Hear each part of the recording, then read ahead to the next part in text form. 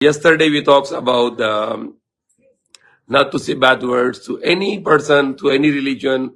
We need to respect them. We need to talk nice with any person who belongs to any religion, even is Muslim or not Muslim. We need to respect.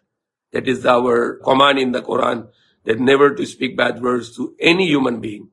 Even if they are Christian or Jew or Hindu or Buddhist or atheist, we are not allowed to talk a single bad word to anyone. Even if they are the one to talking bad word to us, Allah said, "Itfa billati ahsan," repel it with the good. Even somebody speak bad word to you, you are not allowed to speak bad word. You cannot say, because the bad word is a filth, and you cannot put the filth in your mouth. So when people are speaking bad words to you, you are not allowed to say the same bad words, or even worse, or even lower. No bad words. You have to say good words. And Allah said in the Quran, if people are talking ignorantly to you, then you say salam, means depart from them. So that is the issue about this. Yesterday we talked, some of the people who are claiming to be knowledge, and they say that if you are offended, and it's okay for us to say bad word. No, it is not. It is not allowed to speak any bad word to any, even if they are Christian or Jew or Catholic, Hindu, Buddhist. No, we are not allowed to say bad word. That is Islam teach us. Allah command us not to say a bad word. It is a great sin. It is a very, very great sin to speak bad word. That was our topic. And then the last verse we were talking about the praying. Allah said, protect the prayer time, especially the middle prayer, the Asr prayer. That was our last topic. Before this topic started, like about not to say kafir to someone, even though you believe whatever, but you are not allowed to say offended word to anyone. That was before that. It was an issue about the praying. The praying are obligatory on time. So 5 times prayer on time. That was the command of Allah. And people who are not praying on time, then Allah is angry with them. And this is actually very good for us. What time your praying time, so what time your breakfast, what time is your lunch time, what time your snack time, what is time of your dinner time. For example, when you pray Fajr morning, suppose you have exercise, walking, etc., then you have a breakfast. The lunch time is after this Zohar, like noon time. After Zohar, you can eat lunch, or before noon time, you can eat lunch.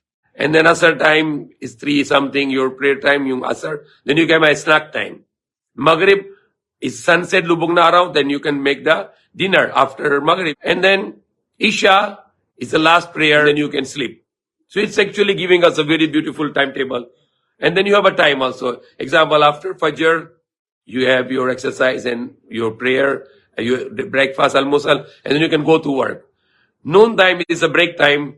So you break time for your work, and then you can pray Zohar, and you can eat lunch, and then you go back to work 1 o'clock. Asr time is 3 something, so it is like a snack time. You can pray 5 minutes, and then you can have your snack and go back to work. And before 5 o'clock, it's your off time from your work, and then you go back home. Maghrib you pray, and then after Maghrib you take a dinner, and then you pray Isha, the last prayer, then you sleep. So it's giving us a good lifestyle. Everything, like children also wake up Fajr morning for fraternity, pray, and then do exercise, and then breakfast, and go to school.